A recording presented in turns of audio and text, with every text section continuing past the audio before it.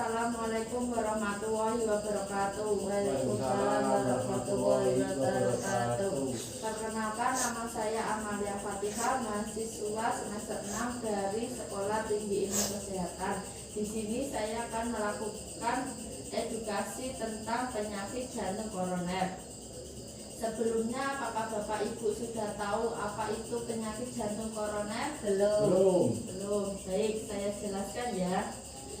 Definisi penyakit jantung koroner atau PJK adalah penyakit yang disebabkan adanya plak yang menumpuk di dalam pembuluh darah arteri koroner jantung yang mempunyai fungsi untuk mensuplai nutrisi dan oksigen ke sel otot jantung. Untuk penyebab penyakit jantung koroner adalah adanya penyempitan, penyumbatan, atau kelainan pembuluh darah koroner. Penyempitan atau penyumbatan pembuluh darah tersebut dapat menghentikan aliran darah ke otot jantung yang sering ditandai dengan nyeri. Dalam kondisi yang parah, kemampuan jantung memompa darah dapat hilang.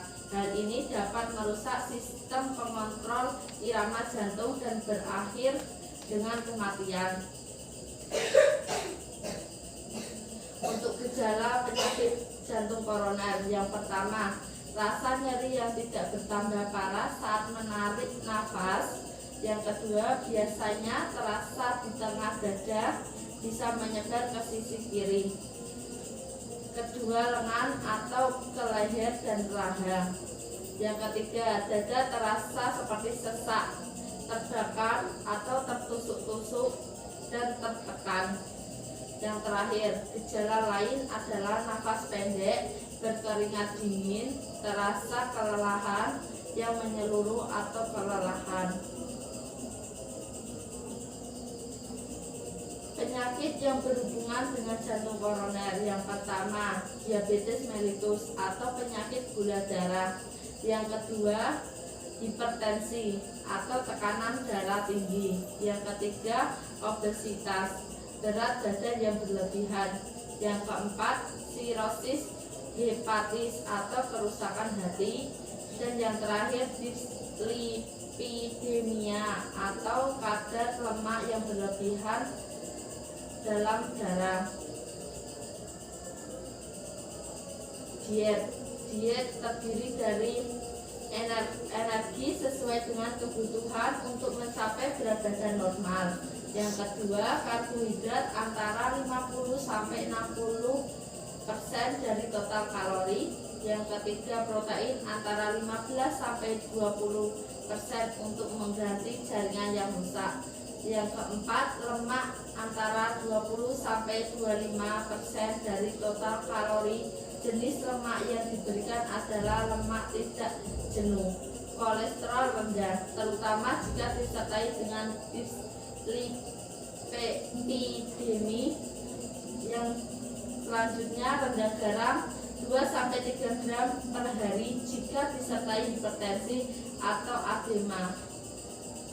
Selanjutnya, serat cukup untuk menghindari konstipasi, vitamin dan mineral yang cukup. Dan yang terakhir, makanan tidak merangsang, tidak menimbulkan gas dan mudah dicerna.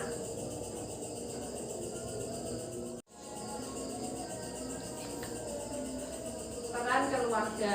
Dukungan keluarga adalah sebuah energi positif yang diberikan keluarga kepada anggota keluarganya yang menderita sakit. Dukungan yang diberikan dalam bentuk emosional support, instrumental support, information support, dan companionship support yang dapat meningkatkan aspek emosional dalam kehidupan seseorang. Dengan ini, maka responden merasa dicintai dan diperhatikan. Hal ini dapat menurunkan tingkat kecemasan dan dapat menghindari terjadinya komplikasi yang lebih parah. Penderita dengan sindrom koroner akut atau SKA yang merupakan manifestasi klinis akut penyakit jantung koroner mempunyai risiko untuk mendapat komplikasi yang serius, bahkan bisa berujung pada kematian.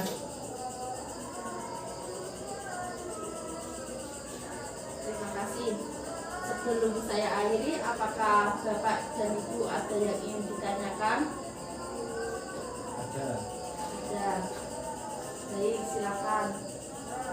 Apa penyebab terjadinya penyakit jantung koroner? Baik, akan saya jawab. Apa penyebab terjadinya penyakit jantung koroner? Untuk penyakit jantung koroner sendiri adalah satu, adanya penyempitan, yang kedua penyumbatan atau kelainan pembuluh darah arteri koroner. Penyempitan atau penyumbatan pembuluh darah tersebut dapat menghentikan aliran darah ke otot jantung yang sering ditandai dengan nyeri. Dalam kondisi yang parah, kemampuan jantung untuk memompa darah dapat hilang.